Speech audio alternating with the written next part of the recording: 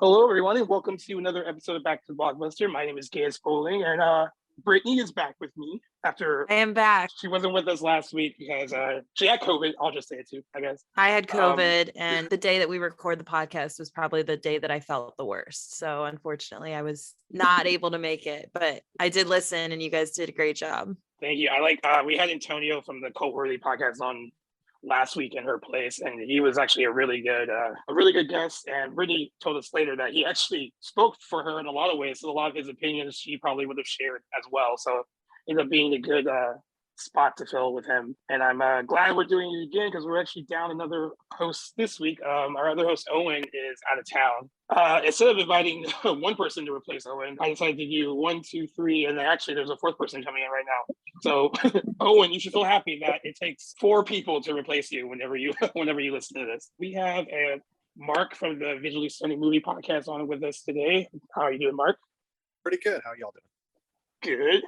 And then we have Dave from the Trystate Community Forum. How you doing, buddy? Aces. I like that answer. I like it. And then we have Chris from the Cult Film Companion Podcast on with us as well. How you doing, man? Very good. Thank you for having me. Oh, no problem. And then joining in, Eric Jones. I want to get this right. It's from the Ratchet Book Club. Yeah, that's one of them. Okay. That's one of them. I have. You have the best name. Thanks. I have like 8 podcasts, but hi, I'm just sort of spectacular. How about yourself? Oh, good. You know what? You can pimp all 8 of them out. I won't care. That's what they all say until I start using like 30 minutes to talk about all 8 of these shows. It's a lot. All right, Mark, can you tell us kind of what the Visually Stunning Movie Podcast is all about? Yeah, the Visually Stunning Movie Podcast is just my attempt to not talk to myself about movies.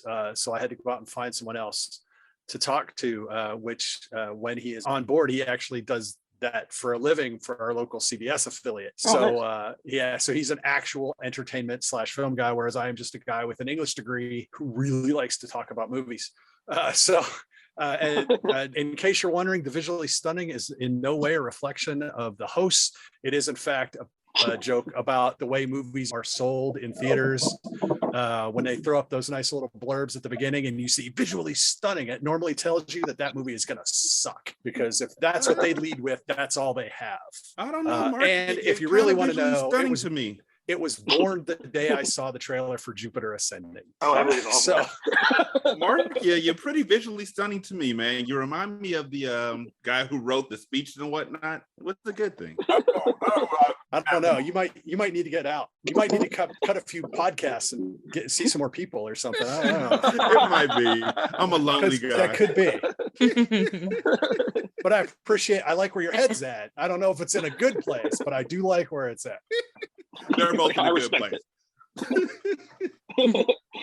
All right, Dave, what about the Tri-State Community Forum? What can you tell us about that? It's a comedy podcast where there's kind of like a place called the Tri-State area where there is a public access interview show where somebody kind of like an NPR style interviewer interviews a crazy person who may talk like this and hunt dentists for sport on an island, and they're revealed slowly to maybe they start a restaurant where children dress in monkey suits.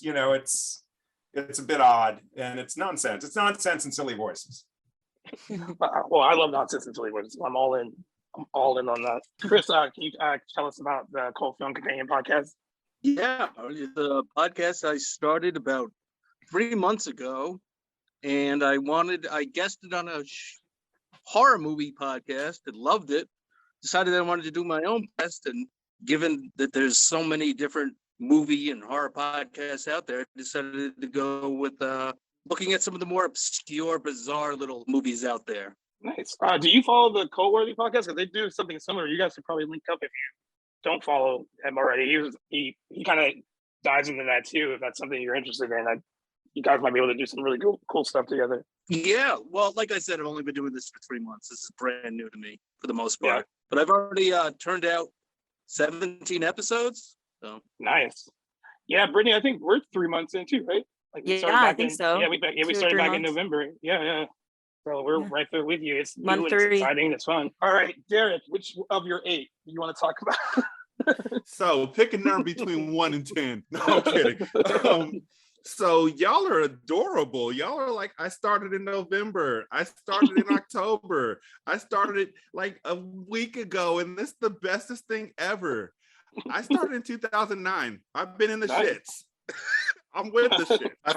I feel you, Derek. I started in 2016, so it's not 3 months ago, but it's not last week either. Exactly. We're in the trenches. We've seen all of this. Yeah. We saw the great wars of 2017, people. Shit went down.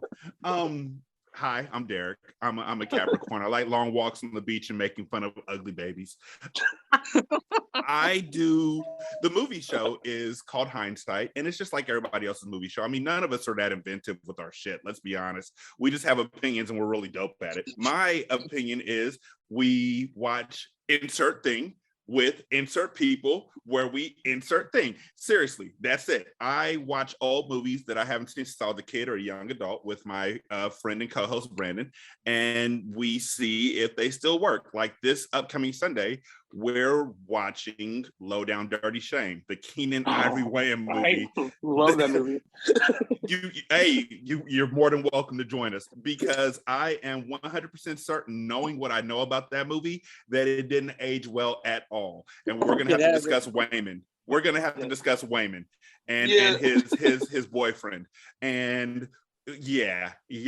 So we're doing this month, we're doing Keenan Ivory Wayans / Robert Townsend movie. So we're doing Low Down Dirty Shame, I'm Gonna Get You Sucker, Meteor Man, Hollywood Shuffle, and there's one more. Don't Be a Menace to South Central while drinking your juice in the hood. Those are the movies that we're doing for my birthday month. And Can I join you for Don't Be a Menace? Yes, definitely. I love that movie so much. Inbox me, I got you. Just remind me and I'll put you down for it. No worries. Because we watched, our second episode that we did was Boys in the Hood. Our first movie that we did was Menace to Society. So we've done all the movies that make up what they're parodying, and Don't Be a Menace. And so it's going to be great. And then I do a show called Ratchet Book Club, in which I read hood classics and good classics. That's my retirement show. I just really enjoy books, and I don't know anybody else who loves them like I do in my family. So I started reading out loud, and I just happen to record it. And so if it's a good book, I will enjoy it all the way through. But if it's a bad book, I started making fun of it about 2 paragraphs in. And then I spend the rest of the book pretty much just tearing it to pieces. And I've done everything from Matilda to Loving My Wife and Her Sister Too, which is exactly how it sounds, yes. And Old Thought Next Door, which is literally about a 70-year-old woman who loves dick and weed. So I need these in my life. So yeah, the rest of the shows I'll hold on to, but those are 2 of the shows that I do. Again, thanks for having me. I'm really glad to be here. I want to point out too that all of these people on Twitter's like, I've never really dived into Twitter much until we started doing this. And what I found is that there are a lot of supportive, like the podcast community, like is really supportive of each other, and they really kind of want to help each other out. And like when I put it out there that we needed, well, originally one person to replace Owen, I got some good responses and feedback back. So we thank you for coming on and helping us out with this episode in particular. Yeah, I'm excited. We're gonna talk about some female stuff. Some female stuff. Let's do it. We should ask the veterans. Has it always been this supportive? No. Yeah, that's I mean, ever. I mean, said it ever. right It's not away, even too, supportive. so. I mean, it's kind of supportive now. No. The 2009 through 2015. Let's put it like this. Y'all motherfuckers came at a golden age of podcasting where everybody likes each other, and you actually found the utopia that I've been building for you for like 9 fucking years. When I started off, it was the Wild West where everybody was shooting at one another. And there was no, close your eyes, children, a picture of a world where there is no Spotify. There is no Google Podcast. There is no Podchaser. There is no Good Pods. All there is iTunes, and everybody fighting to be on that new and notable list. That makes sense. That's the war that I was in. Sniping, backbiting, people fighting on shows, like beefing between shows. Like it was great. It was like the East Coast, West Coast beef every week on a podcast. It's like YouTube is now. Yeah. And now it's all sunshine and roses, kind of. Anchorman where the A little people bit. are fighting. Yeah. Me and my homeboy showed up at somebody's event. We were like, we heard you was talking about us on your show. And then they had us on their show. And that's how we became friends. It was great. Well, thank you for providing this peaceful environment then. I bled tears for this. We're all friends here under the tree of trust. There you go. But before we get into topic that we're going to be discussing today, there were a couple of news things I wanted to kind of touch on, because one of them I know kind of affected Brittany a bit, and that was Sundance going virtual again this year, not doing an in-person festival. I'll let Brittany talk about it a little bit, because she's been working towards that, and then they dropped that bomb last week. So I work on kind of the post-production delivery team for Amazon Studios. So we were a big sponsor for the event, and we had a couple films that we were kind of rushing the lot cut for this festival. And I mean, we're still going to provide these films. It's still going to be virtual, but this is my first year that I thought I was going to get a chance to go. I wish you were coming now, because I was literally going. We could have met in person. I know. I have my in-person credentials. I'm waiting for them to translate them to virtual credentials. I'm sure they will for you. And I mean, the good part about it being virtual is that, I mean, it gives a little bit more opportunity to see a little bit more of the films that we may not have been able to see in person. So I just worry that we're going to get too comfortable with the virtual only, and we're not going to have it in person anymore. And I really want it to be in person. I can tell you, since I'm a local, they want it to be in person so badly. Yeah. They want, and not just for the film. I mean, Park City itself, that's huge for them. It's a lot of revenue. Yeah, they're a ski town too, which is nice because they have a crap ton of snow right now. But the festival, that's 2 weeks of just, that's 2 months of other year income. Mm-hmm. I mean, so that's huge, and it's a big deal. I mean, Venice, Tribeca, Sundance, Mm-hmm. It's in that top tier for a reason. And when it's not here, it hurts. I said, I was virtual. I literally sat in this room for 4 days straight last year on a virtual pass, and I watched 25 films in 4 days. And my eyes almost bled. But it is. But I have to tell you, I don't want virtual to become a thing either, or the thing either. But man, it's convenient as all hell. But I can't wait for that to be back in the theaters. I'm so glad that we're seeing just regular screeners in theaters right now. And we've got some really good movies that are going to be in the festival this year. Which ones? Yeah, we have Emergency, we have Master, and we have a Lucy and Desi documentary that Amy Poehler is actually directed. I guess she already did it, but yeah, it's kind of perfect timing with being the Ricardos coming out as well. Which is a great film if you haven't seen it yet on Amazon. But no, the Lucy and Desi, at least the Master, were on the my Lucy list and of things to watch.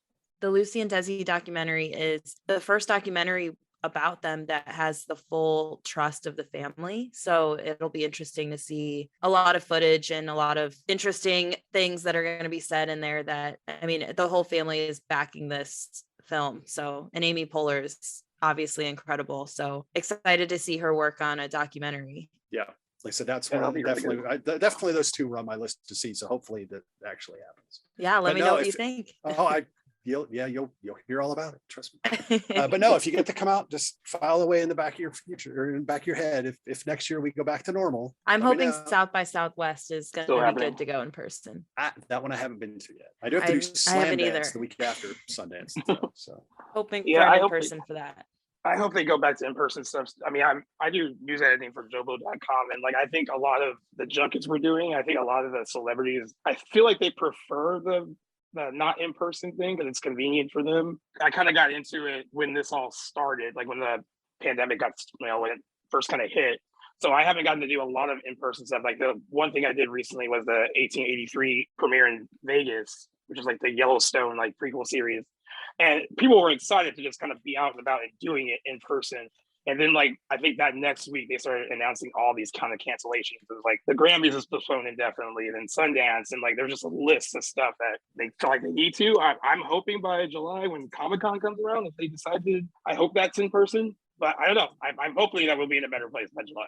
That's my. I'm just hoping they don't cancel Star Wars Celebration in May because we're going. Oh, yeah, that too. Yeah, So, all those, all not those again. things.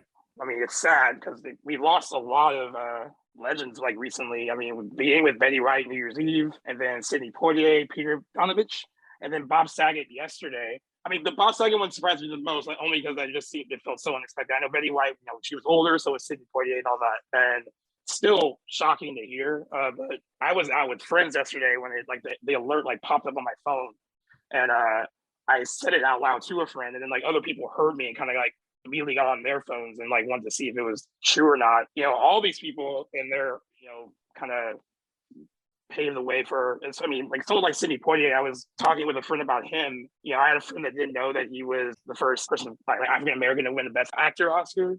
Didn't know much about him at all until we kind of started discussing his films, and he really lays a trail for other African American actors. I thought it was interesting that he got his honorary Oscar the same year that Denzel Washington became the second African American to win Best Actor for Training Day. And and that's something that Denzel Washington called out in his speech. He's like, "I'm always chasing you, Sydney." So I don't know, all these people. I mean, I don't know if anyone wants to chime in on anyone in particular.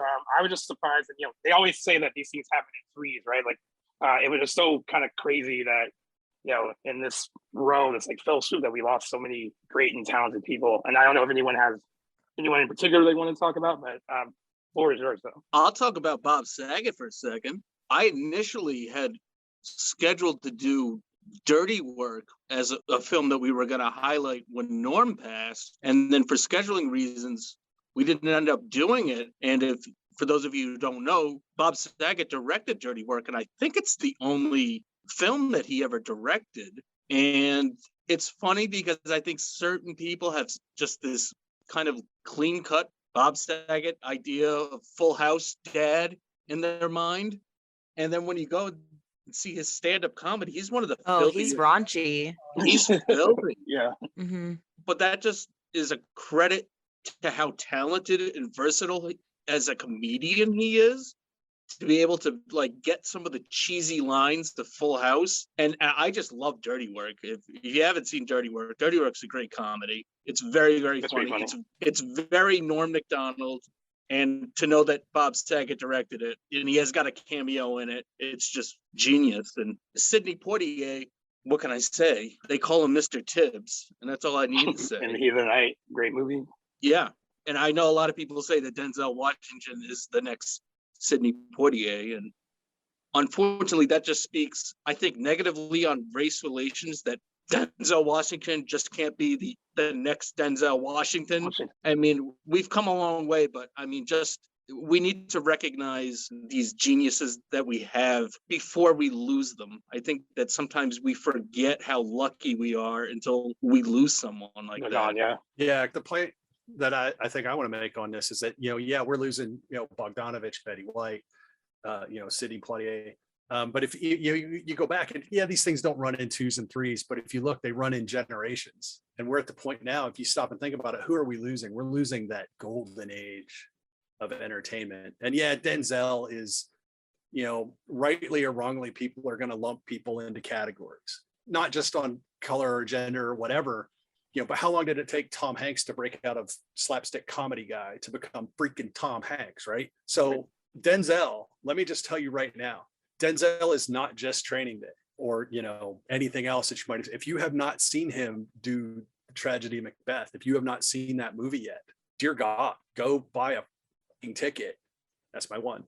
And there you go. and I'm serious, go buy that ticket, because him and Frances McDormand worth the price of admission just to watch those two. And then forget they get all these other younger up and coming actors that I had never heard of, and may or may not, but you just look and it's just such an incredible piece. And you're like, oh yes, that's what acting looks like.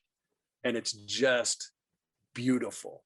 So you can bemoan the fact that they're calling Denzel the next Sidney Poitier, and you can't really compare the two, but if you just look at just raw talent, it's like, yep, I'm there, I'm down, I'm cool with that. But yes, if you haven't seen it yet, go see it. I don't even remember if it's streaming yet, but God, it was the best. The Tragedy of Macbeth was probably the best I saw it in 2021, so I ranked it as like the best film that I saw in 2021. It was up there, but that was good. Come on, which another black and white, which is crazy. And The Green Knight was another one of my favorites. So, but yeah, no, the Tragedy Macbeth is great. It's so minimalist.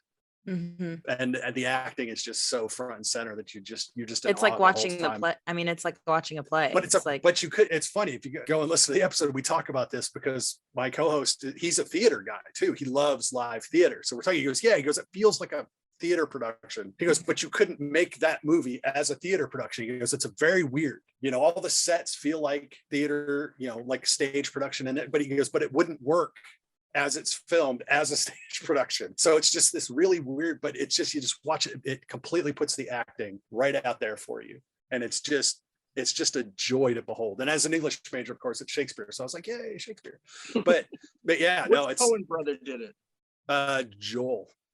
Okay. Cohen, the one set of siblings that got a movie right. One of one set of siblings that got a movie right this year, not the other one. No. Not the other one. Yeah. I mean, I was going to say about losing all of these great legends, just to touch on the fact that I think that we are incredibly lucky to live in the same generation as all of them. At some point, we all resonate with something that each of them have done. And we have those like strong memories of, I mean, I remember when I found out how raunchy he was after seeing Full House when I was little. I'm like, oh, this is a different person.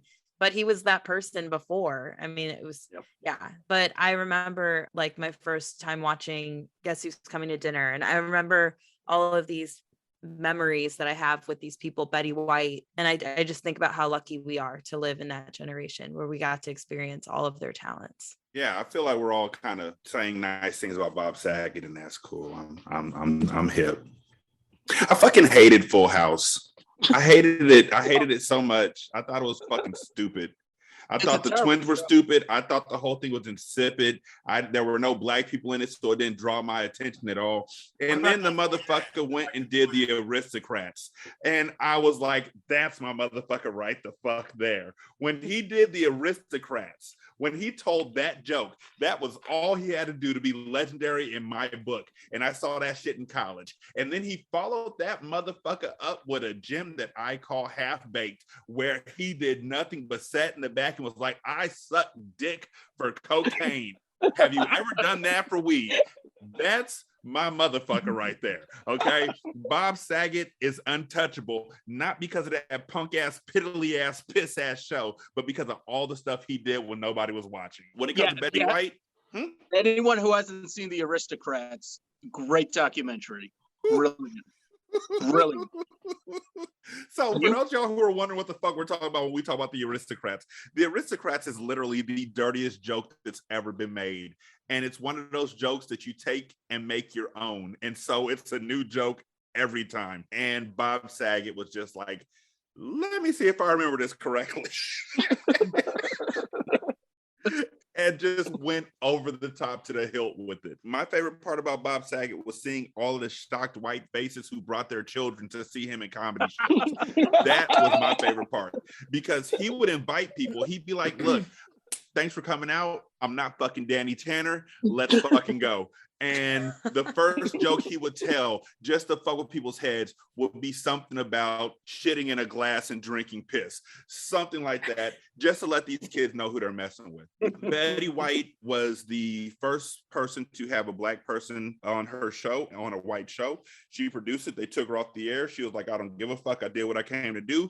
That put her in GOAT status for me right there. Then she was also in one of my favorite shows when I was a kid, Mama's Family, which is everybody talks about Golden Girls, but Mama's Family is right below it. Like, Mama's Family was fucking golden. It was so white and so southern. It only came on TBS when Ted Turner on the shit. So like I don't know how I stumbled into it, but it was the best because the grandma reminded me of my grandma, and so that was perfect. And then Betty White just always seemed to be that lady who, no matter what, she brought a smile to your face. She brought grace and class to the world of television, no matter where she was. And if nothing else, like one of my favorite people said, when Betty White died, at least she took 2021 with her. we are thankful for that. So hats off to her for being the baddest bitch to die in 2021, in my opinion. Sidney Poitier was black. Go on, we'll stop you when you're wrong. I mean, honestly, honestly, that's it. That's the comment. That's the whole thing. Sidney Poitier was black. That's what I was saying in his obituary. No, Sidney Poitier was the reason why I started watching dramas. He was the reason why I started watching a lot of films that I wouldn't have watched otherwise. And he opened my eyes to a lot of opportunities. He was also boring as shit, and he knew it. Because he was in a lot of dramas. Like the only comedies I remember him in were with Bill Cosby, and I'm not allowed to talk about those for legal reasons now. So we'll just cross cancel those out and say Sidney Poitier was a great actor who he was also a great director. I was gonna say he directed too. And he opened up a lot of opportunities for a lot of people who wouldn't have had them otherwise. I agree. Look, here's the thing. I say stuff because I think it's funny. But honestly, Sidney Poitier is a role model of mine, and the world is a darker place because he passed. He went to the edge of the night. He was also I got the joke.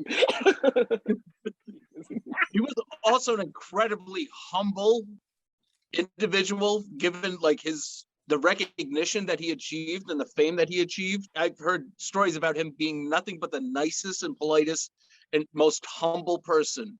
I mean, did he really have a choice? I can say, as a black guy, did he really have a choice in that day and age to be anything other than humble and nice and sweet? Because if he was full of himself, if he was like me and he popped his collar all over the place, he wouldn't have gotten nearly as far as we wanted him to. So Richard Pryor. I was just about to say Richard Pryor. But when Richard Pryor did it, Richard Pryor literally trailblazed his own way. And when he actually got onto a network show, he didn't last very long. Can I ask you a question? Yes, sir. Have you ever seen the movie Blue Collar? I don't know. That's the best answer. I don't know. Who was in it? Richard Pryor. Oh, no. Okay. It's a brilliant. It has nothing to do with Sidney Poitier, but I just want to point out it is the most brilliant performance from Richard Pryor that I've ever seen. He brings drama and like his real humor, not the kind of goofy humor you see in a Richard Pryor movie. It's like Richard Pryor's stand-up humor, the kind of stuff that I can't say. For obvious reasons. There's a lot of good acting. But I just want to throw it out there as a film recommendation because it's a cult movie. It was directed by Paul Schrader, who wrote Taxi Driver for Martin Scorsese, and he's directed a bunch of movies. But it is a brilliant 70s political dark comedy. Sincerely, I'll check it out because the last 3 70s movies that I watched, well, 70s and 80s, were in no particular order: Car Wash, DC Cab, and some other bit of fuckery. So I will gladly watch Blue Collar because I need to cleanse the taste out of my mouth of Mr. T getting speaking roles. You will. I expect a written thank you note. Oh, definitely. I got you. Call me Mr. T. Man, he literally got speaking roles. Like, I don't know who saw him. And look, Clubber Lang, when he was on Rocky 3, that was the perfect amount of speaking role lines for Mr. T. I pity the fool who takes what I got. My prediction is pain. Hey, woman. Fully allow those. I probably saw him throw a midget on one of those reality shows in the 80s. And they were like, what does that guy got to say? Let's hear him talk. Well, I'm glad, you made the comment about making jokes because you thought they were funny, but I do, like, even with a discussion like this, you have to find the humor in it. And like someone like Betty White, like someone we brought her up on our last episode, and our guest Antonio said, like, I think his girlfriend was like kind of insulted by some of the memes, or kind of not making fun of the fact she died, but there were like jokes attached to it. And then he kind of was like, I think that she would like appreciate that humor. Like she used to make jokes about how like most of her friends, in Hollywood weren't alive anymore. Like she was that kind of person. I think a lot of it, you have to find that humor in some of this stuff, even though it's sad that they're gone. Like, there's a lot of human stuff they kind of left with us too. I believe. My homeboy saw a picture of Betty White when she was like 42, 41, and she was a dope old bird. And so he made the conscious decision that his goal in life was to have sex with Betty White and break her hip. There you go. I don't think you're doing it right if you break someone's hip. I didn't want to tell him that part. I didn't. He was so committed. I don't think that's a good thing. He was so committed to it. He's a stand-up comedian. He said he was gonna go start doing comedy shows in old folks' homes until he found Betty White. Until he found her. Jeez. Oh man. I'm sorry, I'm a mute. I'm done. I kind of love that. I used to watch Tyler Moore when I was a kid, and I never really understood like what her character was about. And then later I watched it and I was like, oh, she's getting around. That's what every joke is about. It's how she gets around. And it was hilarious. I mean, she was just at the time was like kind of, that character at the time was kind of like groundbreaking because there weren't a lot of, I think, any women that were really talking about the things that her character was talking about. And then, and then she kind of like, when she does Golden Girl, she flips out on its head and is like the nicest, the sweet one of the bunch. I didn't want to call her dim-witted. That wasn't the right word. She was, I don't know. What's the good word to describe Golden Girl? Ditzy, like ditzy. Naive a little bit, Ditzy. yeah, compared to her friends. But yeah, she goes from that character on the Mary Tyler Moore show to what she does on Golden Girls. I don't know. I was interested, like, I can bring her up to someone of almost any age and they know who she is. And that's kind of like, the universal appeal of her. I mean, because like even like later in life, she's in The Proposal with Ryan Reynolds and Sandra Bullock. Some people know her from that. Then she was on Hot in Cleveland for like 5 seasons. I forgot how long that show was on, but she was steadily working and hosted Saturday Night Live because like people demanded that she hosted it. They really wanted her to do she it. hosted it when she was in her 80s. That's she lived a very, very, very full life, and it's sad because I think a lot of us wanted her to make it to 100. Right? She was. I think her 100th birthday would be. I think we can round up. We can round up. Yeah, let's just round up. We're good old If you guys haven't watched it yet, I think it leaves Netflix tomorrow. The Betty White documentary. They should keep that on longer. I know they should now. extend it, but if you haven't seen it, go watch it. It's incredible. Okay. I mean, forget the comedy side, but you just amazed at where she was and everything she did through the time they filmed that freaking documentary. And you're just like, good. I mean, she had like 8 careers, and it's just, I mean, just from a professional standpoint, it's just completely mind boggling to watch that documentary and go, how on earth did one person do that much? And it's because she liked what she did. And no one ever told her she couldn't. So she's like, I'm just going to go do this. And then she went and did that. And everyone's like, you can't do that. She's like, too late. Too late, I'm a ghost. Yeah. So, but no, it's really great. If you haven't seen it, check it out after tonight. And hopefully they do extend it. But it's really worth the watch. I think it's called First Lady of Television. Betty White, First Lady of Television, because she's literally the first lady of television. I was going to say another thing that I really think is amazing about Betty White is that none of us on this show, and likely none of our listeners, can ever say that they were alive when she was actually young. Like, everybody knows her as just this elderly lady, sweet old lady, who's just like doing the most and just living it up. And so when you say, okay, I've hit 40, I've hit 30, I'm on my downward stroll or whatever, everything's downhill from here. Motherfucking Betty White was like 92, dabbing on motherfuckers. Like, you can't tell me nothing. Betty White was eternal to me, because every year that I saw her, she looked the same age, to be completely honest with you, until she got into her 90s and actually started looking like she was 90. She always looked like that grandma from across the street. And so I have the utmost respect for her. I have the utmost respect for her family. It's a tremendous loss, but at the same time, I know that she probably had ills and ills that she wasn't telling anybody about. So in that regard, right, I'm glad that she doesn't have to live with any more pain that she would go through at that age. But I'm just like, yo, now that she's gone, can we get all of these politicians who are like 89 and 90 years old and just, they can go with her? Like, they all need to just... That's the only one I liked. That's a nonpartisan request, by the way. Exactly. Anybody's politics. That is a nonpartisan request. I keep seeing I keep seeing memes that are like, has anyone checked on Morgan Freeman? Like, Oh, we man. need to check on him. That Don't motherfucker say- has been don't say the 90 for names. 80 Don't- years. Yeah. Dick know. Van Dyke is still with us. Everyone just Yeah. throttle back I a little know. bit. Wellness check on all of them. And know. somewhere Yeah, there's well- an 89-year-old congressman. Well, they were talking about on TMZ, like People Magazine was going to run that issue about her turning 100, and They jinxed it. Yeah, they I jinxed have that it. magazine. I'm keeping it. The And people then, like, curtains, someone- like Sports Illustrated. I They have released the magazine. They released it. I have it. Yeah. Yeah. My dad got it at the airport. He was like, what? But yeah, someone on the show was like, can someone look after like Dolly Parton? He was like, name me all these people that you need to like protect.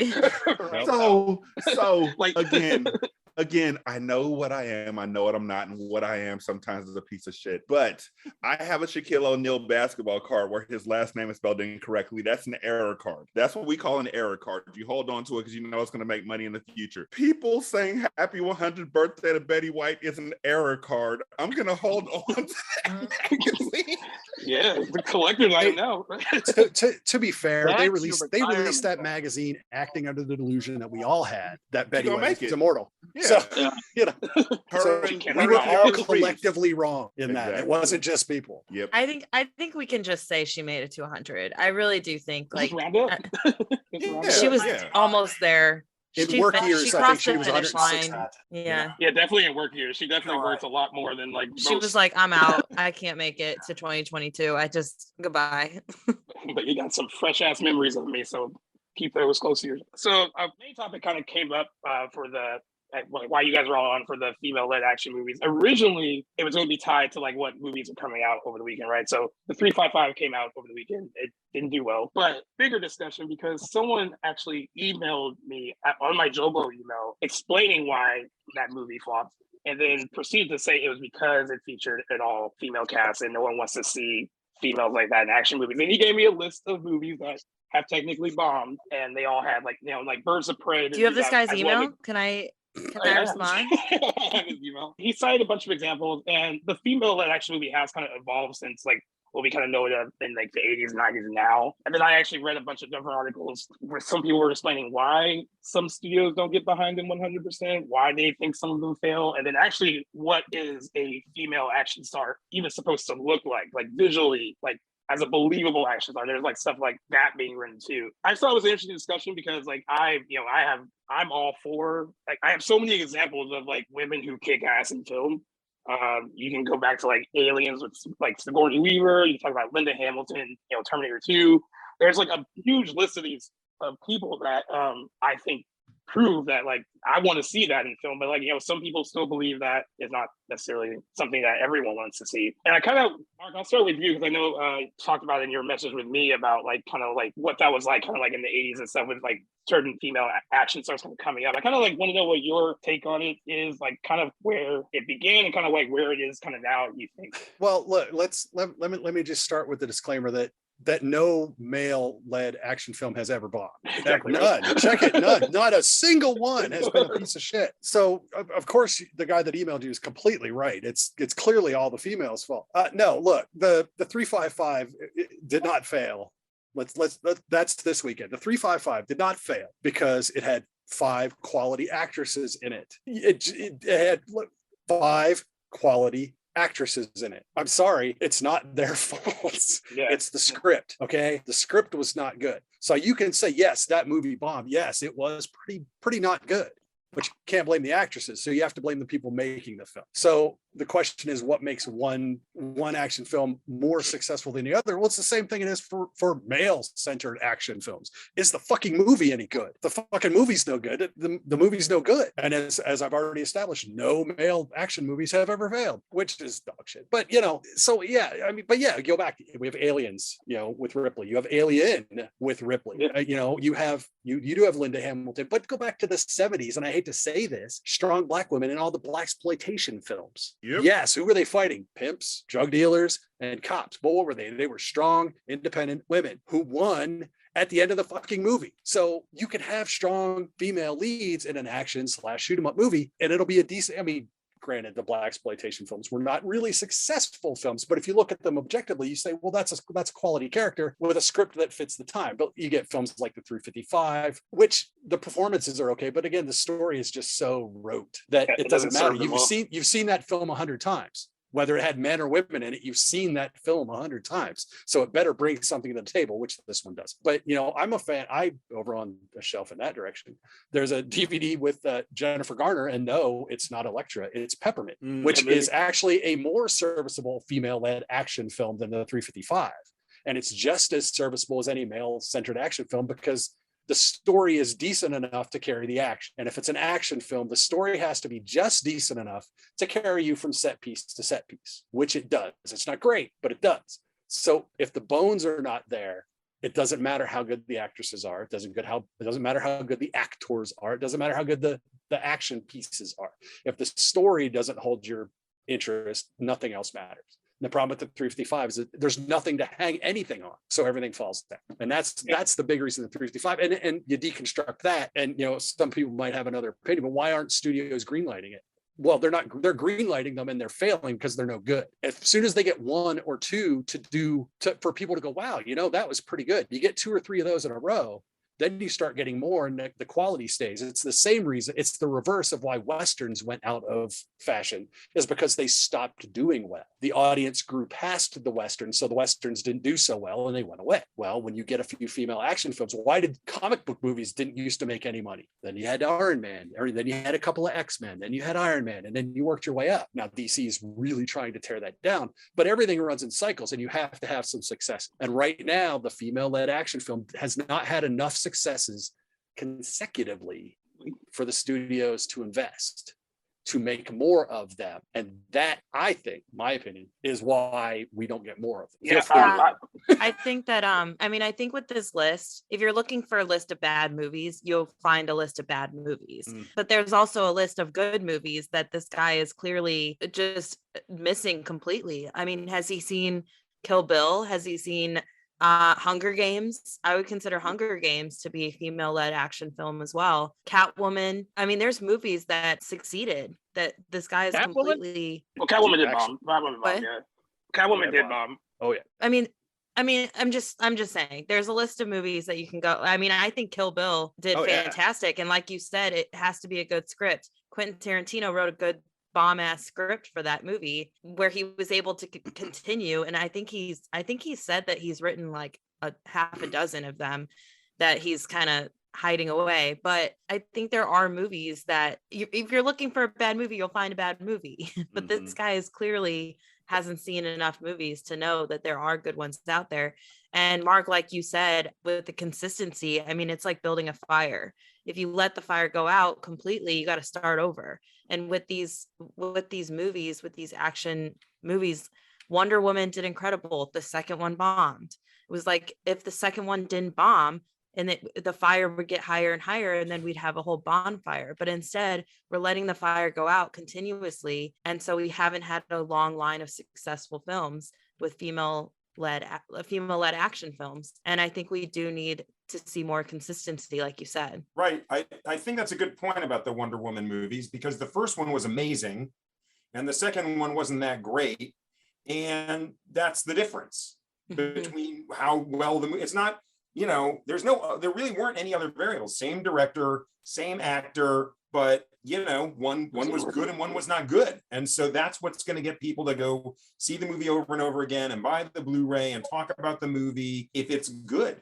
I mean, and the other thing is, if you don't limit yourself to only having guys lead action movies, then you lose a lot. Like Aliens had all this subtext about bodily autonomy, and it's like the name of the evil computer is Mother. It's like Ripley's mother is controlling her. Like there's all this kind of cool subtext involved. And with Aliens, it's you got the two leads are women, right? You've got the alien queen, and then you've got Ripley, and they're both protecting their families, and all that subtext goes away if it's just a dude going, "Oh, I want to kill aliens." It would still be a good movie, but it wouldn't be that movie. It would be a mindless action flick. Yeah, exactly. Which are fine. Let's disclaimer: mindless action movies are okay. Exactly. We need those. Aliens, you know, Ripley uses a nuclear weapon to destroy all the aliens and create a nuclear family. Like all that subtext goes right out the flipping window when you go, nope, dudes only. Just white dudes only. That's it. You know, I think that, the biggest argument I've had on my show wasn't even with my co-host. It was with a bunch of guys when I said that Ghostbusters 2016 was a classic and needs to be treated as such, because I thought it was. I think that there's movies that are women are the central characters in it that are absolutely phenomenal. They get shitted on. And I think that it's valid that they get shitted on because it is a woman-led cast. A lot of people will point at, say, Captain Marvel as a movie that didn't do as well because it was a woman in the role who called men certain things and said that this wasn't for you, whatever it may be. And maybe it's not as strong as other Marvel movies, but it was still an enjoyable movie. When it comes to movies, however, like Kill Bill, again, we mentioned that earlier. That's one of the greatest action movies of all time. Not one of the greatest women-led action movies, but one of the greatest action movies of all time. It is impeccable in so many different ways.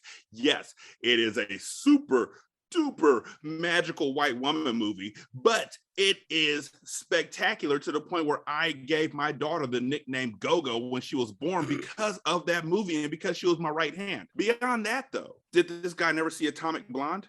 Because Atomic Blonde is fucking incredible. And it was a disappointing 7 of 10. Where? But that was it was good, but it fell down in a couple spots. But no, overall it was good. The action I'm not in it, trashing though, it. We wanted it to be better than it was. We're like, it was okay, but maybe we were over disappointed because we thought it should have been better. And meanwhile, so I was just down a little bit. And like Mad Max, freaking like Fury Road was great. yeah. Fury Road, back to the Oscars. Like, where was this guy during the Oscar season?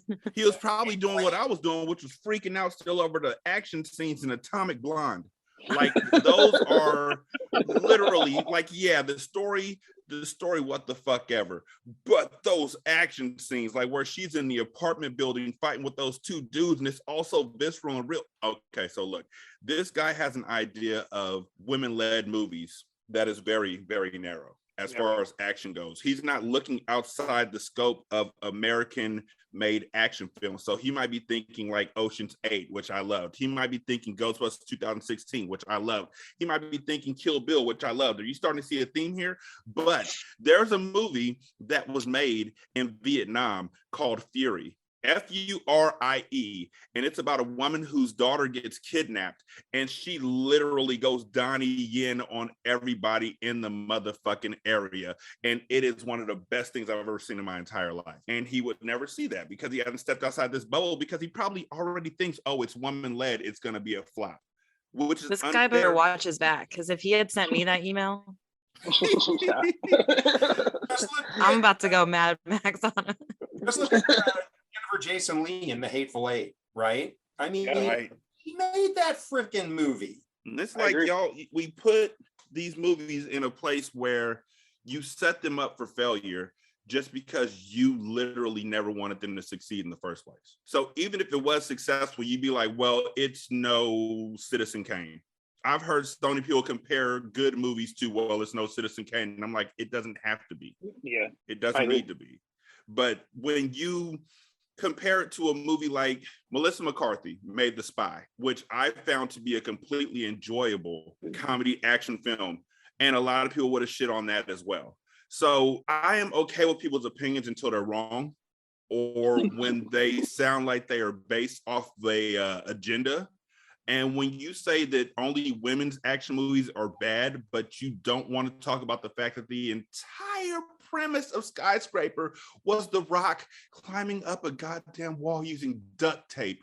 Didn't he have like a fake leg or something? He did, and he had duct tape. I don't give a fuck about the fake leg. That's cool. He had duct tape. He attacked people using duct tape. He climbed up a skyscraper wall using duct tape. This makes me glad I didn't watch that movie after. Oh my God. My friend was so mad because I pissed on that movie so much I had to drink 2 big gulps. Like, oh, fuck that movie. But we want to talk about women in movies. Okay. Does anyone remember The Long Kiss Goodnight? Yep. Yeah. Good example. And in that same regard, Double Jeopardy, with Tommy Lee Jones and Ashley Judd. Ashley Judd. That's one of my favorite movies. Not Me really an too. action film though, but a solid enough film. I don't know that I would call it an action film, but But I mean, when this guy says action film, I honestly question what he's thinking of. Like, is he thinking that could of be. thrillers? Is he thinking of action films? Or is he just thinking about Because I women-based think movies? Hunger Games, I mean, I'd say Hunger Games is a female-led action trilogy, or And I can see that. however many there are. Yeah.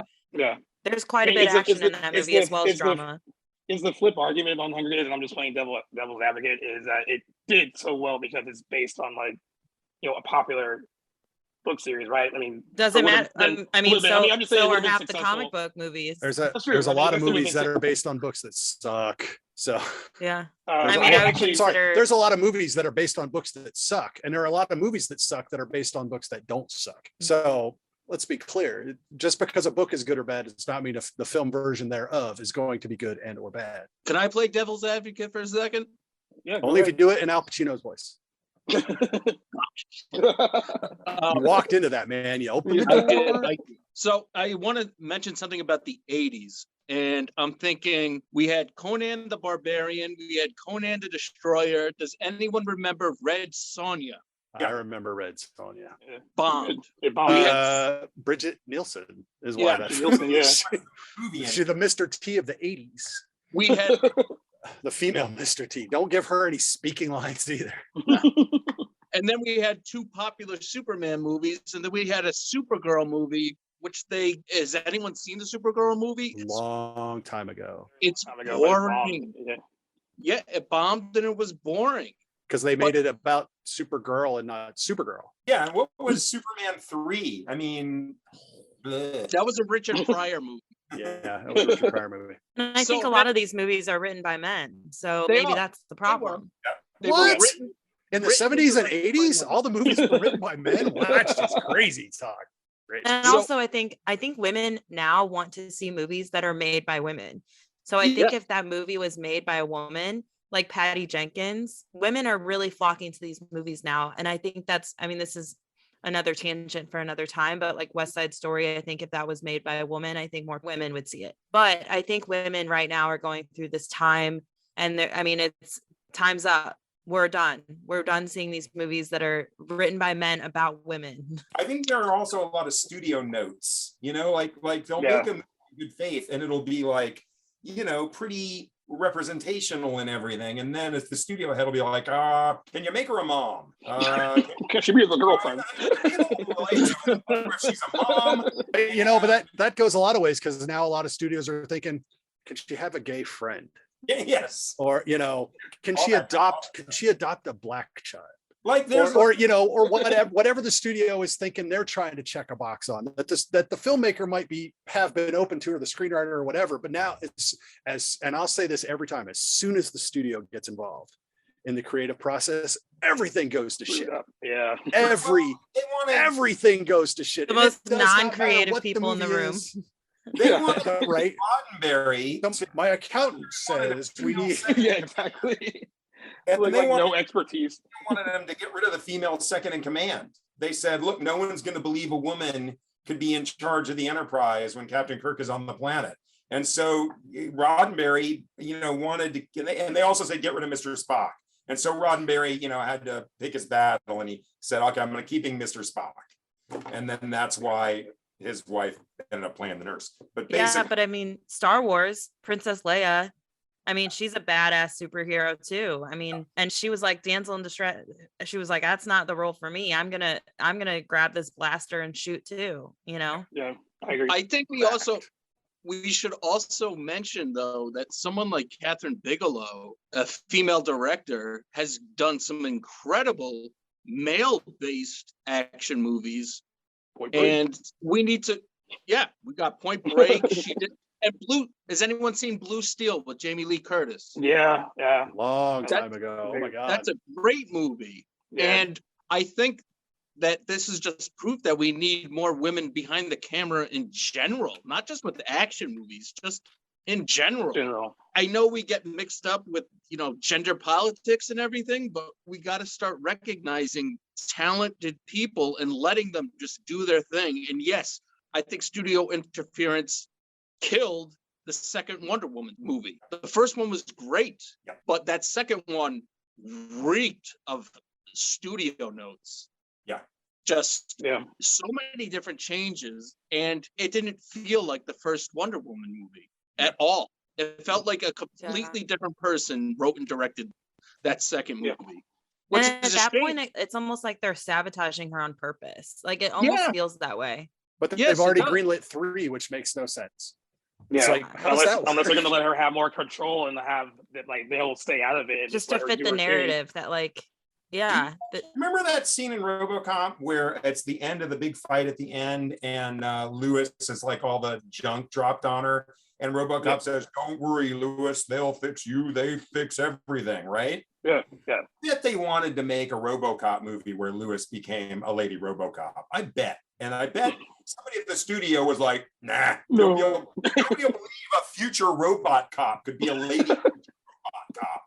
And then the problem now is that if you make that now, everyone's going to be like, "Oh, they're just gender swapping a classic movie," because now it's too late. And timing actually, I think, has a lot to do with success and failure of a film as well. I mean, let me ask completely, mildly off topic. The director kind of fits in this. Was anyone clamoring for Avatar 2, 3, 4, and 5? I haven't even seen the first one. I'm just saying, why? I mean, he's making them because he can and he wants to.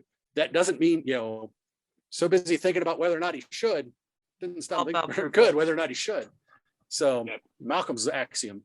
Yeah, I mean, I went on a tangent a couple weeks ago about Ghostbusters, the female one, about how it came out in 2016 and how 2016 is a problematic year for women. So I'm not going to do that tangent again. But yeah, you're right. It's all about timing. I mean, the first week of January to have a female-led action film come out, that just and they held it for a year. I mean, they were like, it seemed like it was something that they on paper had faith in, because they didn't just like, they weren't going to just go sell it to streaming. I heard that the deals that they had in place with all the ladies, that they had a stake in how much the profits they would get from it, and that's probably why they couldn't do a streaming deal. But it did seem weird to, like, unless they just knew that movie wasn't that good and they were just going to dump it, because January tends to be like the dumping month unless you're a horror movie. It is a combination of, like, the movie itself just wasn't good and it didn't work, but it has nothing to do with them. Now, I remember when Charlie's Angels came out, the one that Elizabeth Banks directed, and when it flopped, Elizabeth Banks said it just reinforces the notion that men don't want to see women, like female action stars. And she put that on Twitter and said they'll see something like Captain Marvel and Wonder Woman because it sets up something in a more like male-dominated story in the future. That was like her gripe about why it flops. I personally think Charlie's Angels flopped because no one really wanted it, and it wasn't that good. I don't think it had anything to do with like the three girls. I don't think it had anything to do with her directing it. It just, the movie wasn't good. But I think it was empty. Like Charlie's Angels was one of those movies when you walk out, you'd be like, I remember that one part? And everybody be like, yeah, that part was dope. And then you just move on with your day. Like when she's walking down the hall, it's not because they're sexualizing Lucy Liu, it's because they're fucking playing Barracuda while she's yelling at people. That was dope. When they're fighting the dude in the alleyway and they do that pose where they both have their legs up on her shoulder or whatever, and that iconic pose they did, that was dope. I don't remember shit past those two scenes. And with Atomic Blonde and Kill Bill, I could talk to you about them for hours. With Aliens, I'm sure y'all could talk about that for hours, like things you remembered. Uchiwala is a one mic. I think that's the thing. Like you can't use the trope that, okay, my movie didn't sell because y'all don't like women. Like if you didn't think it was going to sell because they didn't like women, why the fuck you make the movie? Like, why are you doing this to yourself? Because you made the choice to do all of this. It's a self-defeating attitude to have. And it feels like it's a bailout. Like, okay, y'all, we're gonna make this fucking movie, and if it doesn't work, I'm just gonna be like, they don't like women. I'm gonna blame it on that, yeah. So look. This is just our lives, just constantly being shit on. I'm gonna make a motherfucking movie, and if it don't work, I'm gonna be like, it's because they don't like black people. Look, so we gonna make the worst motherfucking movie.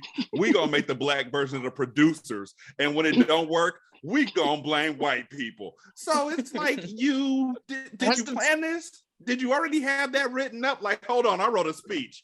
Fuck them white motherfuckers. Like, I saw through that, and 90% of the time, a movie comes out, it does great, nobody says shit. When it does bad, that's when people got excuses.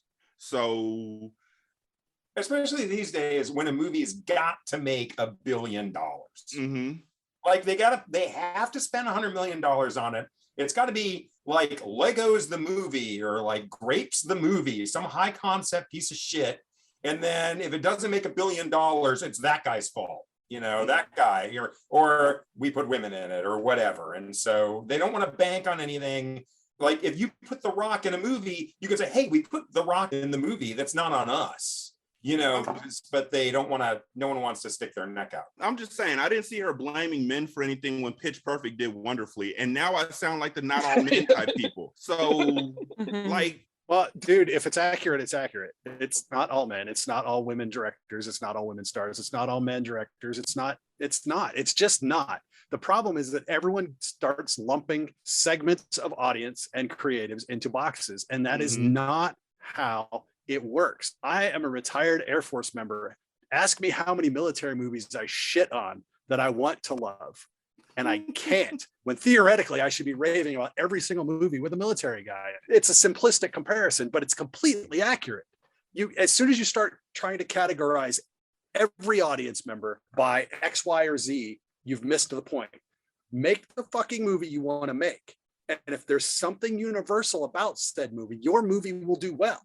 And if your movie is super personal and it doesn't make a lot of money, but you're happy with it, then it's going to find its audience and it'll be okay. And if you make a movie and it sucks, that's on you. You've made a movie that nobody wants to fucking see. Own it. You made a movie that no one wants to fucking see. The problem is that everyone wants to blame X, Y, or Z. The only X, Y, or Z you can blame is the fucking studio, as I established earlier. So, but no, you can't. You're not going to get 100% of any segment. No film is going to get 100% of any particular segment. You have to get 60% across the board. That's a successful film. The problem is everyone wants all of the males 16 to 35. Well, when they're the only ones that see your film's not going to make $1 billion and you're going to lose 300 million in advertising because you made a shitty film that no one besides them wants to see. You have to make a film that something in that film appeals to most people. It doesn't have to be the same thing to everybody, but that film has to give something to most people. And Hollywood is making films that give money to the studio. And if it doesn't, that kind of film is not going to get made again. Right. We harp on this on the podcast all the time. It boils down to the money. And the problem is, Brittany, we were talking, I think before we started recording, we talked about Macbeth early on. We talked about, I mentioned, come on. It's not going to make $500 million, but it's going to be a successful film because the people that see it are going to like it. It's one of those films, doesn't cost a lot of money. It's going to make way more than it cost. And over time, people are going to share it with their friends and people are going to look back 5 years from now and go, man, that was a really well done film. But it's just a nice, quiet little piece. Not everything has to be this huge action film. But when it comes to an action film, again, if the story is not there to draw somebody in for something, it's not going to be successful. Now, yes, one can be pragmatic and say, well, more men go see action movies than women, so we have to make it appeal to men. So there's got to be men living out fantasies of men, rescuing the hot chick and getting her in the end. Fine. But then that's your mindless action film. But it's going to make a decent amount of money, provided you don't overspend on it. It's not Citizen Kane. There you go. You're just not going to get it. So it's people want to compare, again, let's circle back, female versus male-led action films. Are you trying to appeal to a segment of the audience, or are you trying to make a movie that appeals to an audience that happens to be in an action genre that happens to feature female leads? I promise you, if you make an action film that features a female lead that has a good story, guys are going to line up and buy a fucking ticket. It's just going to happen. So the categorization and this delineation of audience segments is killing the movie industry, especially the genre industry, horror, action, and science fiction, the three big ones. They get hacked up and, they talk about audience share. And as soon as the studio starts talking about audience share, that's the accounting equivalent of visually stunning. That means your movie is garbage. It means your movie is garbage. I need more people to blame Rob Schneider. Even if it's like, look, even if it's 4 women and a dog in a movie, I want you to blame Rob Schneider. Let's just get that into a thing. because one of my favorite movies of all time, and I say this without any conceit, I say this without any joking, I'm being completely serious, Surf Ninjas. Love Surf Ninjas. Surf Ninjas That's is a classic that they never put on Blu-ray or DVD, and it pains me to this day. Rob Schneider was the only bad part of that whole movie. I need more people to point out where Rob Schneider fucked up their movie. Rob Schneider was on set. I will allow you. You can. Okay, I'll let you blame Schneider for Judge Dredd being a piece of crap. I won't even let you blame Schwarzenegger. I'll let you, or not Schwarzenegger, Stallone. You can blame Rob Schneider for that. He was on set. He was like 7. They touched his hand and all the power just went out, like the ball in Space Jam. So yes, Derek, I feel that way towards Jared Leto. Like anything Jared Leto touches, he's the worst part about it. Right, like when he was a tattooed Joker, and all of a sudden I didn't like purple anymore. Like, I look at Groundhog Day, right? They made Groundhog Day. It can't have cost them $1.50 to make Groundhog Day. That was $2.25. What loves Groundhog Day? Everyone. They wore the same outfits. they That at walked least the cut same budget. set. I mean, Same set, same who doesn't outfit. love a Groundhog Day for crying out loud? Rush but- more, right? I'm just saying, there's a good movie. That's all. there's so many opportunities to find a movie that is going to strike your fancy, but you're scared to go see these movies because you literally have this guard up around your heart because you saw one movie. Maybe it was The Kitchen, you know, the Melissa McCarthy, Tiffany Haddish movie where they were gangster, or they were the wives of. That was pretty good. It was pretty good, but it wasn't. You know, it wasn't even as good as Widows, which came out later on. Yeah, Widows was great, and that didn't even do as well as they wanted it to either. I mean, and I thought that was a great movie. And I also, when it comes to the 355, which there's a movie theater right around the corner from my house. I'm planning on seeing it either tomorrow or the day after. We also have to factor in COVID. Like, just because Spider-Man did good, it doesn't mean shit when it's COVID. Like, I go to most movies and there's only like 4 people in the theater. So if you're putting a movie in the theater, it's not going to blow people's socks off unless word of mouth just draws it to the top. Well, look at the marketing for Spider-Man versus 355. I mean, I only saw the 355 trailer in a movie theater. When Gaius told me about this movie like 2 weeks ago, I was like, I haven't seen anything about this. When somebody told me about the 355, at first I thought it was an Oaktown 357 song that got lost somewhere. I really did. I was like, 357, get loose. I was like, that one? No, it's like if you set it up for failure, don't be surprised when it fails. If I never taught my kid how to fucking read, I would not be surprised when he fails English and math because it involves reading. Yeah, I think the comment that Elizabeth Banks made, though, I think that quotes like that kind of hurt the cause of it. Because like it's like, you know, if you have something that didn't do well, you should kind of take some ownership of it. Like, you know, hey, like this idea didn't work. But to kind of like blatantly say like, oh, if you didn't like this and this didn't make money because men don't want to see female action stars, that's a blanket statement. That's just not true, because we do have examples of female action movies that have done well, and usually there is a good script or direction behind it. You know, in her case with, you know, the Charlie's Angels movie she did, it didn't do well. I like how you brought up Pitch Perfect too, because that made a lot of money, right?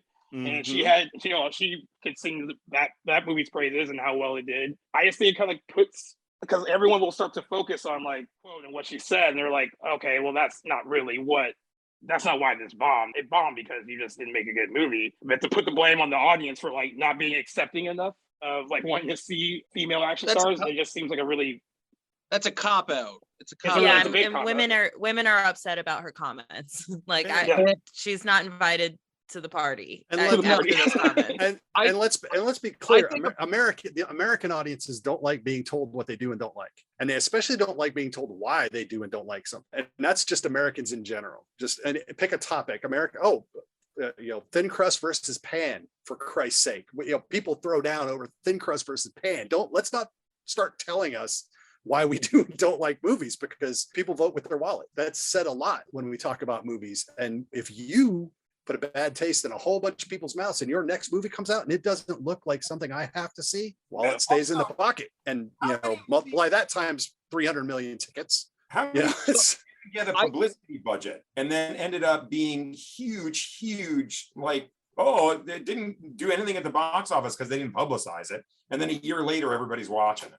Yeah, right. Because it's free on TNT. You know what? I mean, they're very bad at figuring out which of their movies even is going to be, they thought that Terminator was not going to do well. And that took a little bit. I mean, That one had yeah. to grow on people. I mean, Terminator 2, I'd be by bombed. then, it like completely capitalized, but yeah. The first I one mean, was we really had to have to grow on discuss people. the another issue that I had with Charlie's Angels since we opened up this Pandora's box. I really didn't think of any, well, until Lucy Liu came back and did Kill Bill, where she was over in Ishii and she did a fantastic job. I didn't picture Drew Barrymore as an action star, nor did I picture Cameron Diaz as an action star. So I went into it thinking, okay, those two are in a lot of comedies. This is supposed to be a comedy. And it actually had a lot more scenes where it was comedic stuff than they had. I mean, where it Bernie was Mac. action stuff. Yeah, Yeah, Bernie Bernie Mac Mac's in it. and Bill Murray. And where's the action stars at? Where's Jean-Claude Van Damme? They should, you know what? Here's what you could do, Elizabeth Banks. Take every lady who's ever been in an action movie and make the lady version of the Expendables. I'd watch that. people have talked about that. I will watch And the it hell out might of it. be interesting, depending on who they get. More importantly, we need a female John Wick. We need a female-led action series. Honestly, Series. that was supposed to be Franchise. Atomic Blonde. You know what? Honestly, That was supposed to. that, I'm not even fucking with you. That was If- supposed to No, be I Atomic know. Blonde.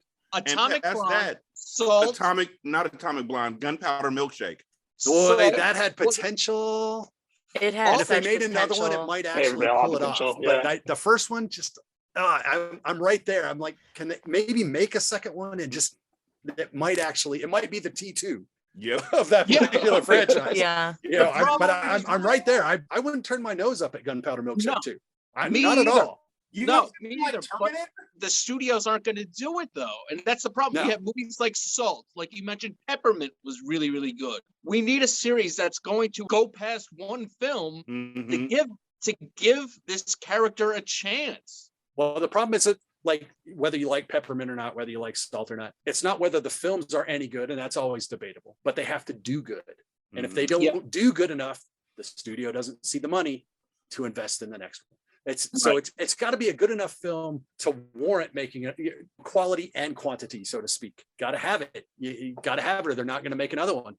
Mhm. And I think that we need to also get away from saying that we need to change our language and when we talk about female-led action films and not say like the female version of Yes. X, Y, and Z, because then it's Valid. already, it's already a negative connotation. Valid. Because when is the last time you guys heard someone say a male version, an It's, all-male Well, version of well, like this movie? I mean, Think Like a Man. I guess that's not an action movie, but where I they said switch there the needed to be a male version of Ocean's 8, and then my wife whispered in my ear, and I was embarrassed. Well, and I loved Ocean's 8. Let's Me not too. forget that Bridesmaids is really just the female version of the Hangover. of a hangover. That's what a lot of people think. I hate Not that because it's not. No, it's so much better than that. Yeah, And it's better than it's not Hangover. even the same concept. They're not It's- like but trying it- to figure out what But happened. that's where the mindset of the filmmakers was Mhm. when it was when they made it. They made a way better version Right. than the Hangover. Oh But yeah, Bridesmaids uh, is gold. Bridesmaids is comedic gold. Oh my god, I had to recast that for another podcast, and that was hard. I think I cast nothing but Oscar winners in that film when I recast. Right. I did. I said, because that movie is so good. It's like, how do you replace any of these actors? It's like, I have to go with Oscar winners. So literally everyone I put in was an Oscar win. And it's Can we say that Black Panther is I still think of it more as a lady-led action movie, even though Chadwick Boseman is in it. I feel like with the Dora Milaje and Lupita's character, I feel like it's a lot of women leading the fighting in that film. I mean, it passes the Bechdel test. So I think that argument, I mean, if some academic wants to sit down, that argument can seriously be made. Yeah. And that's, I'm not even fucking around. That if I argument was can still in film seriously school, be I made. would dive into that Yeah. for a Hollywood thesis paper. needs to remake this movie. Was it TNT? Was it TNT? TNT TNT Jackson Jackson. needs to be remade. This movie is phenomenal. Oh yeah. Now, Check that out. this is a female-led action movie that kicks ass. Yeah. There you go. I think a lot of it too, a lot of change kind of happens with like, Brittany, you talked about like having more, I mean, we all kind of did, having more female directors like be in charge of these movies, having more female writers getting behind like some of these action movies. I also think, maybe easier said than done, but like having actresses kind of like take more ownership of the roles they're willing to take. Like maybe like that kind of changes things a bit too. I remember, I know this is about Fast and the Furious. That series is what it is, but Jordana Brewster made a comment about Michelle Rodriguez when they got the first movie. And I think Michelle Rodriguez at that time had only been in one other movie, it was Girl Fight. And she's in this Universal movie. And the way, I guess, the role was written, she was just like the girlfriend. And Michelle Rodriguez was like, I don't want to, this is not how these girls in this life act. Like, I know girls like this, and I'm not just going to be the girlfriend. And like, and lucky for her, they were willing to listen to her and like ideas. And, the character has evolved into what it's evolved to now.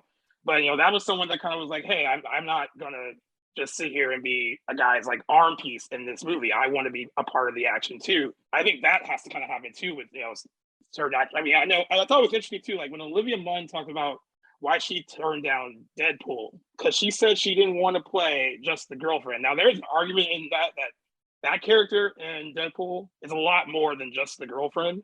And she opted to Deadpool too. Yeah, until Deadpool 2. And then, but she opted to do X-Men Apocalypse and play Psylocke instead. And she doesn't say much or do much. Like, she doesn't have much of a character at all.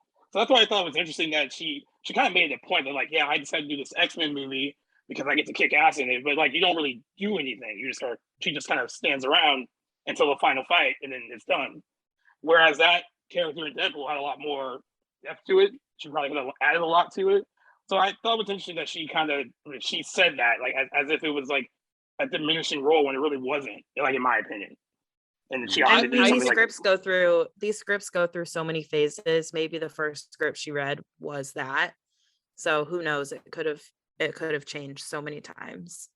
I think another thing that we need to consider is that there are very few female-led action movies that are original ideas and aren't based on existing IPs already. I mean, the big ones we're bringing up are Wonder Woman and Captain Marvel, and I know the Resident Evil. These were already existing IPs. We need some and the Hunger Games is based on a book. We need some fresh original ideas. I think that's really going to help, that we don't have to rely on an existing IP for something like that. And I think that's what needs to happen. We need someone to take a chance on an original idea and just do it. I think I heard a stat like a few years ago where 96% of the movies were based on a book, another movie, some other IP. Like they don't want to. No, they don't.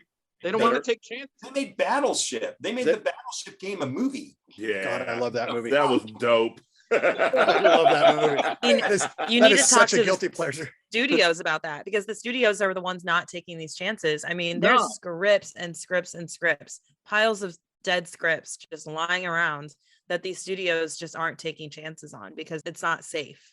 No, the existing IP has an audience built into it. So that's why it's a safe bet for them. They have an audience already there. And I think it's the smaller studios that are willing to take risks, like the A24 studio or Blumhouse. They kind of need to step up, though, and start giving some more. I think not an action movie, but Candyman from last year was the first time that a Black woman had the #1 movie in the country. Crazy. In the country, yeah. Yeah. First time. That's sad that it took this long for that to happen. I'm depressed that it was Candyman. Me too. Is it? I've been thinking about this. I think that when they say that they have any movie that is woman-led, unless it's written by a lady, more often than not, what I find is that they don't know who they're actually marketing it towards. Like they try and shoehorn in things that they wouldn't shoehorn in a movie if it was a male-led movie, because it's a woman-based movie. Like with Wonder Woman 1984, I'm still kind of furious that they had Steve as such a love interest for so long in that movie. They wouldn't have done that in any other male-led action movie, but they did it for Wonder Woman and had him as such a big part of her life that I wonder, like, are they trying to hedge their bets when it comes to making these movies nowadays. So then if somebody doesn't like this, then they might like this aspect of it. And if somebody doesn't want this, then they might want that. Right. They're trying to guess, and they're trying to force, and they're risk averse. And that's why they're using all this existing IP. But to be fair, if you're going to draw an existing IP, yeah, Wonder Woman, fine. But you're right. They need to do something. A24 is a great studio. I love them so them to much. death. Yeah. Them and Blumhouse. You mentioned Blumhouse. Blumhouse has made consistently great. That's another one. It's not, I don't know what category to put it in, but Happy Death Day and Happy Death Day to You was literally going into its own IP in a way that was going to go into a multiverse. And then all of a sudden, it never came out of part 3. Yeah, that was a nice horror comedy. More horror than Comedy. comedy. Yeah, it was really good. It was almost Evil Dead 1-ish, not 2-ish. But I think I see what you're saying. Freaky was even better. Yes, Freaky. I loved Freaky. You know what I loved about Freaky, and people hated it? I loved that Freaky actually put the horror in the body swap horror. Yeah, Because before that, all the body swap, it was body swap humor. It's like, no, that's a horrific event. And so they put the horror in body swap horror. And I just thought that was brilliant. And of course, Vince Vaughn nails it. As a teenage girl, Nailed it. Yeah, I think like what you said about like them shoehorning stuff in, like especially if it's written by like a man and not a woman. I agree with that because like I was thinking this is not an action movie, but I was thinking of something like with Hustlers. I think if that is directed by like a man, it's a completely different movie. I don't think that I don't even know if they would know how to direct that in a way that empowers these women without objectifying them. And I think that's what kind of, and I think that was what they did well in Hustlers. Like she knew exactly who these women were. She made them sexy. She made them powerful. But it was never, it never felt like it was something that was objectifacting them. And they all had. A guy would have been like, well, can we of... get Jennifer Lopez to just show a little bit more ass? Can we get, we got Cardi B up here. Women have a way of making other women feel comfortable, especially in those kind of movies where it could be objectifying. But yeah, women are comfortable around other women, especially on a film set. Go figure. Does anyone remember La Femme Nikita or Point of No Return? Yeah. That was that's a great female-led action movie, and the American remake's actually pretty decent, but sticking with the original, like they're out there, you just kind of had to find them. And I think sometimes you come across something like the Catwoman movie, which just derails female-led comic book movies for years. Yeah. I think that's why everyone's so worried about like Captain Marvel. Change that though. I think the new Batman is going to change the way that we view Catwoman. Absolutely, and I'm looking forward to that. I think that Zoe Kravitz, yeah, she's a great actress, and I'm looking forward to the Mad Max spinoff with Furiosa. Yeah, that's what we need. We need movies like that. It depends on who they recast, because I don't think they're getting Charlize back. I think they're making it's going younger. Yes, they are going younger. Yeah, and it depends on what story they write. I think that if they keep George Miller, and I think that if he writes the story and he directs it, I think it'll be fine. I think you have a better chance of success. Yes. The last rumor I heard was that they were using the young lady who was in the Queen's Gambit. Anya Taylor-Joy, that's right. Yeah, that would be a good. She's incredible. Yeah. Did you see Soho? Not yet. I want to because I love Edgar Wright so much. That is the hippest supernatural murder mystery you will ever watch. Yeah, it was. That's how I described that film. Awesome. It was really good. I'm just looking for movies to watch so I don't have to watch a new Matrix movie. Don't do it. Save yourself. Avoid it like the plague. Real talk. We were supposed to be doing a Matrix month for our show to gear up for. And then I realized about halfway through the first 5 minutes of the Matrix Part 2 that I really fucking hated every movie past the Matrix. And so I called my co-host and I threw an audible. And that's why we're doing the Keenan Ivory Wayans movies instead. Glimmer Man. If you guys are looking, fuck you. Glimmer Man. You guys are looking for a good movie recently that had a female director, Band-Aid by Zoe Lister-Jones. I heard about that. I haven't seen it. It was amazing. She had all the music for it. It was really good. Anyone seen The Bad Batch? No. Yeah. Oh, yes. Yeah. Yes, I have. Yeah. Female director, female-led, kind of an action movie, but really good movie, underrated, I think. Yeah, I think so too. Yeah, they're out there. They just have to be big enough and hit the consciousness enough, the wide consciousness. So they've got to make an impact, or they don't make an impact. I mean, that's really what it boils down to. It sounds circular logic, but it's got to make enough of an impact for it to make an impact further down the road. So niche movies are great and we can all love them. The cult films are great. They can be quality films, but if they're not doing, at least Captain Marvel money, not Spider-Man money or Endgame money or John Wick money, then no one's going to care. No, I mean, it's a sad state of affairs. I mean, but I'll be honest, who thought we were going to get the Mission Impossible 7 after Mission Impossible 2? Yeah, after the second one, yeah. That was not going to happen, but it had enough bank built up. They said, well, let's go one more. And then that did well enough. They said, oh, okay, you know what? Still Tom Cruise. He still wants to make it and it's making money again. So we'll make 4. And then I will argue that 4, 5, and 6 are one of the great film trilogy narrative arcs in action films. Yes. Yeah. So we would not have gotten them if a studio had shit after MI2. Which they probably should have done because MI2 was terrible. But it wasn't a woman who led the film. And one had banked enough. Yes. If MI2 had been the first, we'd have never seen a sequel. You know what I mean? True. So it's got to make enough of an impact to buy you some credibility down the road. And they still had Tom Cruise who loved it. And at that point, they could risk one more. Tom and was that like, don't cut me off. more- I can climb a building. And that one more bought them one more, which then bought them one more. In which now we get 7. If we're going to argue female-led action films, there's got to be one that buys enough cred to get to 2. Now, Wonder Woman had 1, it got 2, but it built enough cred that we're getting 3. If 3 does not get close to 1, you're not going to get a 4. No. But that has to happen. It's not just magically going to happen. So it's a process. Unfortunately, any franchise or any trend is a process. We don't need a female-led action film franchise. We just need that to be accepted. And for that to be accepted, there's got to be good ones.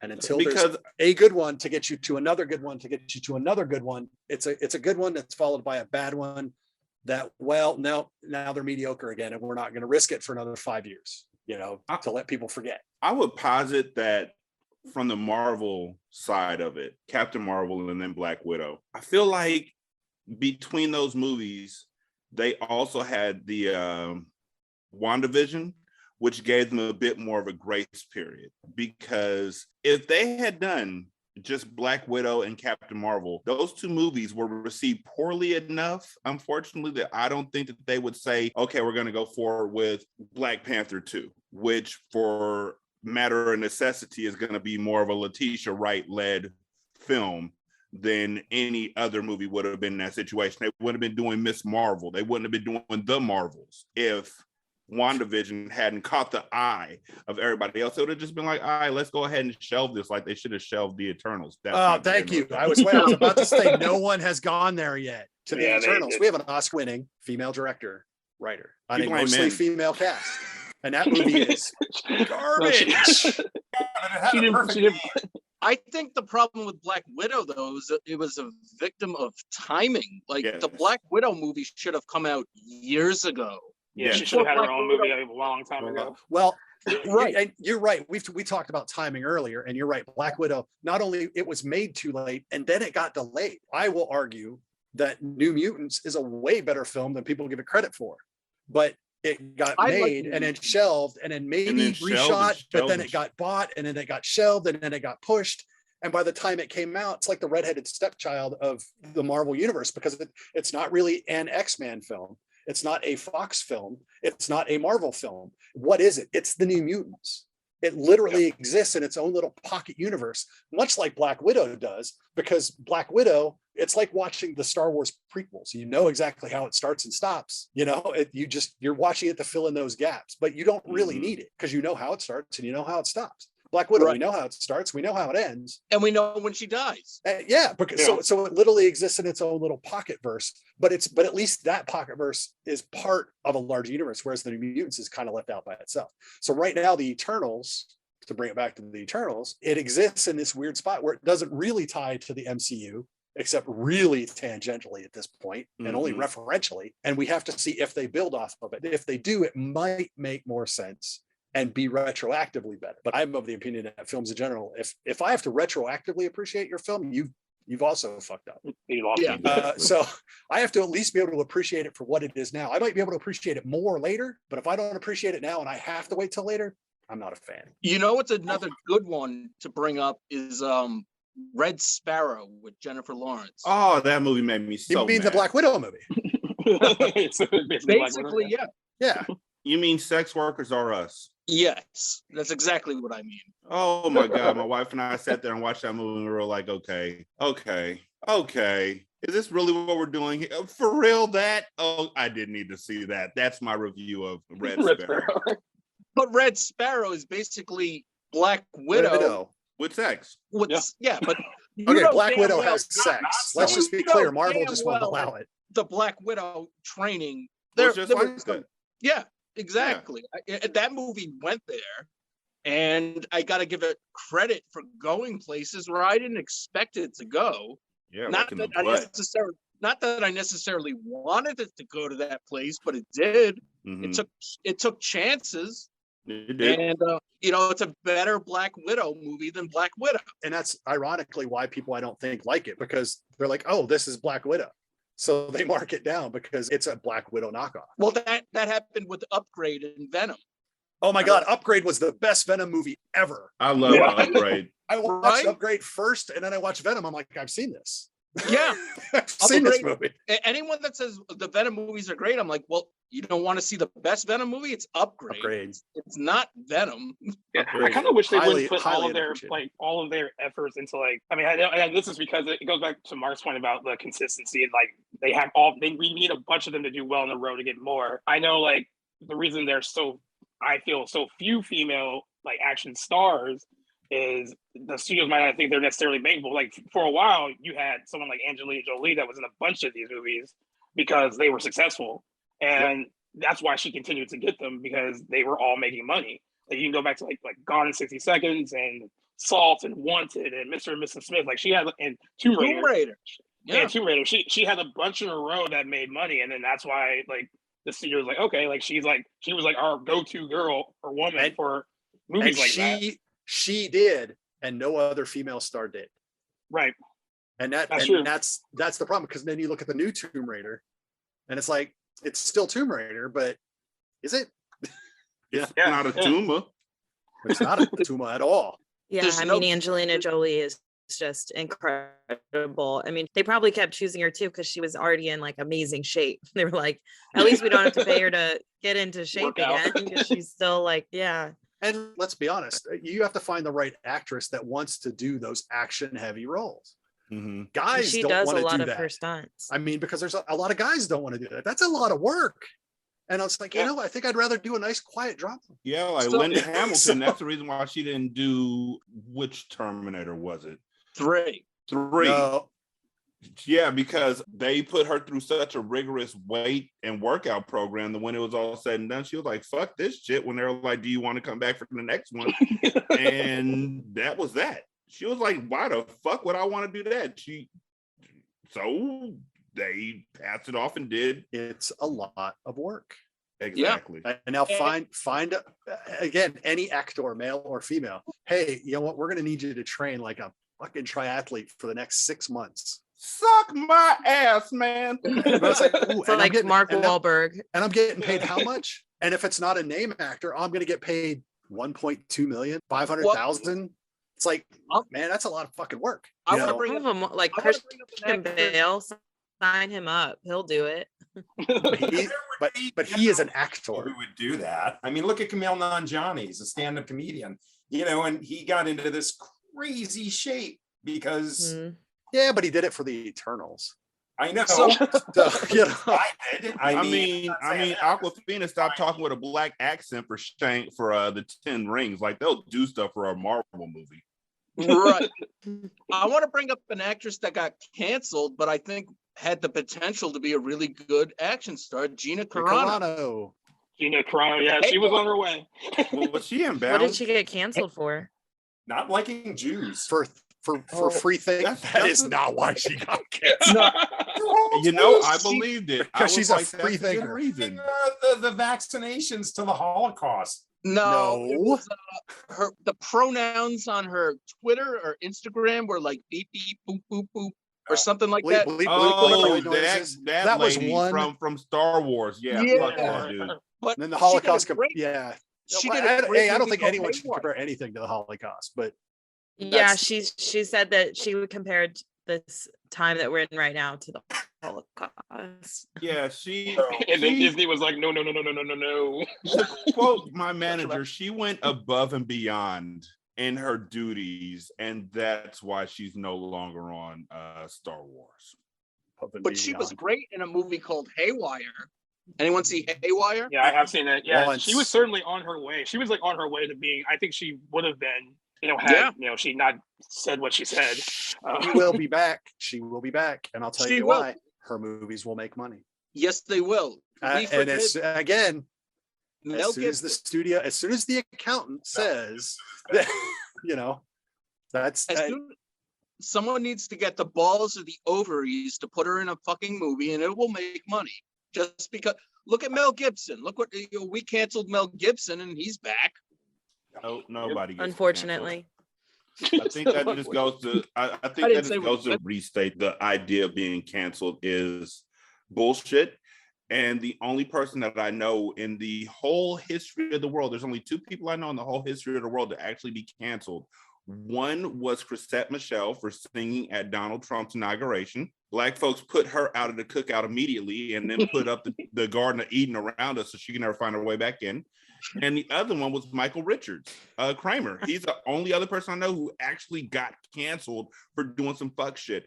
And that was before canceling was actually a thing. We were just like, that was fucked up. And everybody else, surprisingly enough, was like, you know what? They're right. Other than that, people don't get canceled. They just sit down for a second. Like, if y'all watch wrestling, there's a wrestling match that happens, a fatal four-way, where always two people get thrown out the ring, and they could just get right the fuck back in the ring because people get thrown out the ring all the time.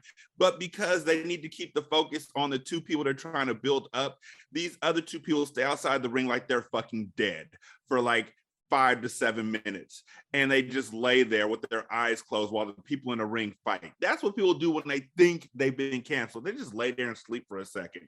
Like that motherfucker who went into the suicide force and made light of it.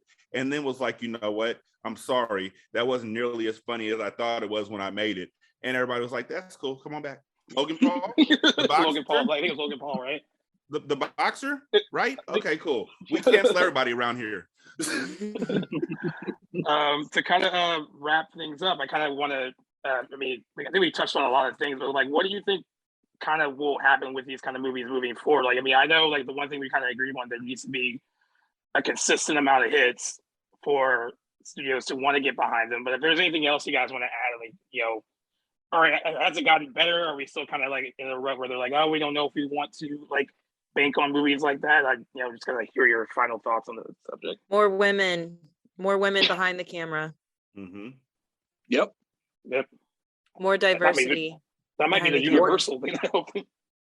Well, Yeah, I'll say that for any situation, but especially this. Whoever's writing the checks just needs to trust their creatives, whether that is the writer, whether that is their director, whether that is the cinematographer, whether that is the editor, whether that is the music person for a film. We need to start trusting the creatives, because the creatives are going to make a true creative. Let me clarify that. A true creative is going to make something that theoretically is going to have that wider appeal that I was talking about earlier, because they're going to find something that is a human experience that someone can relate to. The problem is when the studios don't do that. If you don't trust your creatives, I mentioned the studios before. The problem with the DC universe is Warner Brothers doesn't trust their creatives. Warner Brothers intrudes and interferes more with their films that should be successful, commercially successful, right, more than any studio out there. And then we get Justice League 2017.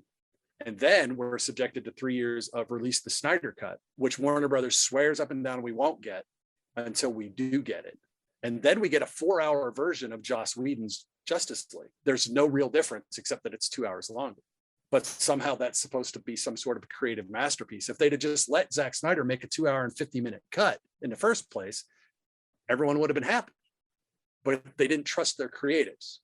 So whether you like Justice League or not, you would have gotten the artist's actual vision, and it would have stood on its own or fallen on its own instead of been subjected to this weird meat grinder of a process where we have two visions if you will, even though they're not really that different. They're just, you know, one's a TV cut and one's a cable cut is really the hugest difference in that film. But it's trusting your creatives. And if your creatives come up with an action film that happens to have a female lead, that happens to have a good story, and happens to have a good performance, people are going to watch it. And that's what it boils down to. You have to trust your creatives to give you something of sufficient quality for the audience to appreciate.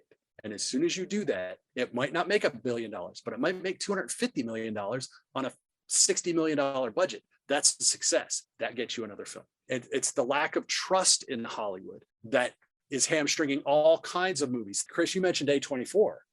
I believe it was you mentioned A24 earlier. Yep. We all love A24. A24 is giving us not these action films, but they're giving us films that Hollywood can't give it. They won't give us. These are these $20 million mid-range budget films that Hollywood wouldn't necessarily give us, but that are really good movies most of the time. But they're trusting their creatives. Yes, we get Lamb, which is, I mean, it's great. It's wackadoodle, but it's great. Wacky, yeah. But you know what I mean? But you're getting these films that are saying something and that are true, that are honest, and you're either going to like them or you're not, based on what they are, not on what the studio is telling you they are or what you should think. So again, trust. The trust is such a huge issue. And then the creatives have to trust their audience to come along. So as an audience member, we have to trust when we go into a film that these creatives are going to take us somewhere. Now, if they don't, that's fine. Or if we don't get all of it, that is also fine. There has to be a level of trust in a lot of directions for a film to be good. And then to get more films like that the studios have to trust that will continue to come back. But no one, it's really hard to get people to take that first leap. You know, say what you want about Man of Steel. You know, the priest had it right. Sometimes you just have to take a leap of faith and trust comes later. Some studio is going to have to take a leap of faith and let someone make that film that everyone goes, oh, I get it. And then the trust will come. But that trust has to be maintained and rewarded, because film fans will take their trust very quickly. But someone's going to have to take that leap. And no one's really been willing to commit yet. They got close with Atomic Blonde, Derik. I agree. They trusted. So, you know, and it's a little uneven, and some people liked it, but they did. They trusted it. Someone's going to have to do that again. And then someone's going to have to do that again. But I think when that happens, I think we're going to see this argument go away, because then it's just going to be a quality action film that everyone can enjoy. And I think that's what we're going to get. And I think that's what it's going to take. And I'm sorry, I talk a lot. No, I agree with your points wholeheartedly. I think it will take that, because I think, you know, a rival studio will see how like the 355 did over the weekend and be like, well, we'll see. I mean, look, like that didn't do well, so like we should bank on that. But like you said, you know, it's, even though it pretends to be an original idea, it's something that we've seen so many times before. Like the basic plot of it has been done so many times before. It just wasn't a good movie. And you know, that was the problem. The problem isn't Penelope Cruz or Jessica Chastain or Lupita Nyong'o. Like, you have a stacked, really good cast, and like, you know, you should have created something that utilized them better. I think that is the overall issue, more than just having like ladies as the lead. You know, the project has to be good too. And you know, but my hope is like other studios don't look at that and go like, well, look, that didn't work. The point is like to try again until you get it right. And I think that's where I am on it, at least. Like, you don't give up once you have like a bomb. And I know it's like a money thing, and they're like, well, I don't know if I want to put like 100 million plus into something like this if I'm not going to get a return on investment. But they have to at least try, or nothing will change. Yep. Yeah. I mean, if you're not going to give up on your children, don't give up on a good movie idea. I mean, you sink so much more into these punk ass, evil little snot nosed bastards out here in the world. Give a movie a fucking chance. You got all these kids who are literally falling out in the middle of stores because they can't get a pack of candy. Give Lucy 2 a chance. It might do something. Stop being that person who's just going to say, you know what, I'm not going to trust in this movie anymore. But this kid who's literally eating his boogers deserves to live. Like, let's just stop the madness, people. One of these two things is evil. The other one is a really good movie idea. I just want you to choose which one is which. And also, lady who I saw at the casino, you know who you are with the bottle-headed baby. You owe me 25 cents because your baby was so fucking ugly. I looked over my shoulder and lost my last life because I got shot. You know who you are. I'm going to see you. Don't come to the Silver Legacy anymore. I want my money. Oh, she's on notice. Chris and Dave, any parting words for us? Yeah, Try to top. everybody was saying, just, you know, more original IP, more women behind the camera, you know, that kind of stuff. Yeah. What about you, I Chris? want Ex Machina 2. That's what I want. You know, that movie would be Ex Machina 2, The Revenge. So, and it would suck. And it would suck. Yeah, Probably. Machina, the next Machina. And I want I want more TNT Jackson. More TNT Jackson. I just want more. Someone remake TNT Jackson for Chris. If anyone's listening, remake that movie for Chris.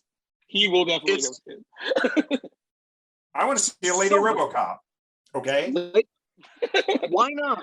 Why not? Why not? Why not? I think that we need more women directing. We need more women writing. And unfortunately, it's a lot of men in Hollywood, and it's going to take, you need something really, really special to kind of wake these old white men up and say, listen, you know, there's some important voices out there that aren't being heard. And if we give them a chance to be heard, you know, you might surprise yourself. And I think that's kind of why I like doing the cult movies. I like going back to movies that would not have gotten made today. The movies that I cover on my show would not have gotten made the way that they got made because companies were more willing to take chances with certain movies. And I miss that. And that's why you say something about trust. I see an A24 movie and I trust that I'm going to see something different. And that's what I like. I trust this company. And I think a lot of people have that kind of thing when they see a Marvel movie, regardless of whether or not they even read the comic book or not. They're like, well, I've liked all these other Marvel movies, so I trust this. There needs to be a project that I think needs to be something original. And like I said, ideally something like a female John Wick. That's kind of what we need. And we need it to be good enough to sustain a franchise. You remember the James Caan movie Thief? Love it. I'm covering it on my show next month. Something like that. Put a lady in there. Have Patty Jenkins or somebody like that direct it. You know, honestly, I think that another thing that will draw interest or something that would just be fucking nice. Have more women play the villain, like the big bad in a movie. I think the last time I saw a woman playing the actual big bad villain in a movie was in the Kingsman Golden Circle. Ugh. Oh, Julianne Moore. Yeah, so let's take it seriously. Let's put an actual, let's do that. Let's put Viola Isn't Davis. Gal Gadot going to be a villain in? Yeah, she's going to be in with the live action Snow White, I guess. And then you have she's playing the villain in that. I think that's actually a good idea because they don't necessarily always have to be the hero fronting it. I actually think that'd be a pretty good idea. I'd see more of that. If we're talking about normalizing things, just having, even if women can be evil too. Oh, trust me, I'm married. Who normalize women being evil in movies? Normalize women admitting that they don't want to buy French fries; they just want to eat your French fries. Sure. I've been scarred. This isn't fair. I'm the only female here. remember that movie I Care a Lot with Peter Dinklage?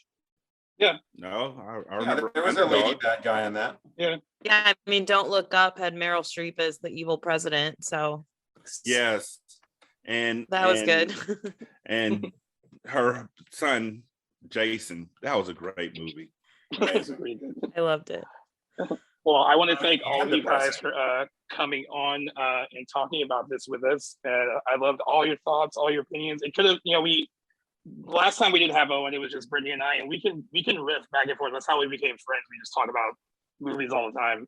But I thought it was good to have more people on because it's a much bigger discussion than just the two of us. And I'm really happy with what you guys contributed to it. And I'm glad that none of you held back and some of you made it funny too. It was really good discussion. I really appreciate your time and all your thoughts on it. Actually. My pleasure. Thanks for having us. Thanks for having me. Thanks Oh, no for having me. So as always, you can find Back of the Blockbuster on all of your various podcast platforms, and we will also be putting in the description where you can listen to all of these as great shows as well. And you know what? I will even go further for you, Derik, and I will. Nope, I'll just give you the link tree. Fuck it. There you go. There you go. So we can have all 8 of your shows mentioned. Yep, they're all there. That's the there, link tree. there you go. I know where my bread is buttered. Damn, there you Also, go. after talking with y'all motherfuckers, what I realize is I need more posters. Like, I need to look like I know more about movies. This is some bullshit. Y'all are over here talking about posters, and I'm sitting in an empty. Oh yeah. Oh wait, hold Right on. wall. That's the Firefly wall. Sorry, my bad. I got Oh, nothing over here. I got I got over here. nothing. Yeah, All I'm I jealous of have I'm jealous of going Mark's on- space. Like I thought I had like a bunch of This stuff. this but- is my room. This is a 3-bedroom house. This is my room. all I have going on is the arcade. That's all I Just have. have The the rest of the arcade. house belongs to the wife. This is my room. Yeah, I just all I have is my arcade, and y'all are here with posters, and I'm actually feeling jealous. Like, wait, I want posters. No, you don't. I'm gonna go real. I want to go to a Blockbuster when it was closing down and be like, do y'all need those? Can I have your posters? There you go. Oh, Mad Max, nice. There we go.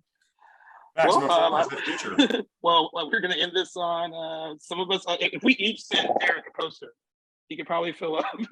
He can fill up his space. I Yeah, have, but I have my, many spares. This is not a problem. my wife would never let me put them up. I blame my wife for a lot of things that I wouldn't let happen either. I'm just blaming her for it because people be, yeah, them women. No, honestly, I get the posters. They just What a way to end it. I have a really, I have a really picky motif of how I want to do stuff, but I tell people that and they're like, no, you said it right. Those women. And I'm like, yeah, those women. Yeah, Have that my woman same behind your taste. camera, I think, is what you're trying to say. Help me. Blink twice if you're being held hostage. Hey, only All right. tonight and only because I bought the handcuffs. You know what I'm saying? You know what I'm saying. I think someone's sleeping on the couch tonight. Yeah, I Only think if by I'm the time lucky. this This guy. episode comes out, you won't be in that room. You'll just be on the couch. Hey, we're trying to christen every room, so I'm okay with that too. Oh, there you Wait, go. what? Well, on that note, guys, it's been really great talking with all of you. Of course, we'll be back next week. We're actually having guests on it. This is like the theme of our the 2022 shows. We're having guests on again for. We're going to be talking about the new Scream after it comes out, so you'll be able to check that out. And I hope like I said, we'll Cindy be. dies. Oh no! I can't even sign out on that. No, no. I'm seeing it tomorrow Yeah. in a press reading, so hopefully I'll come out of it. Please Oh. tell me that she's dead. All right, I will message you tomorrow and let you know if Nev Campbell makes it to the final frame. All right, thank you All guys so much. right. It's been Well, so thanks, great. guys. Thank you, It was good to chat with you all. You all were great. It Yeah, is yeah. way past my bedtime. Likewise. Ditto. Thanks for having me. What time? Oh, no is it? problem. It's so good. Thank you, guys.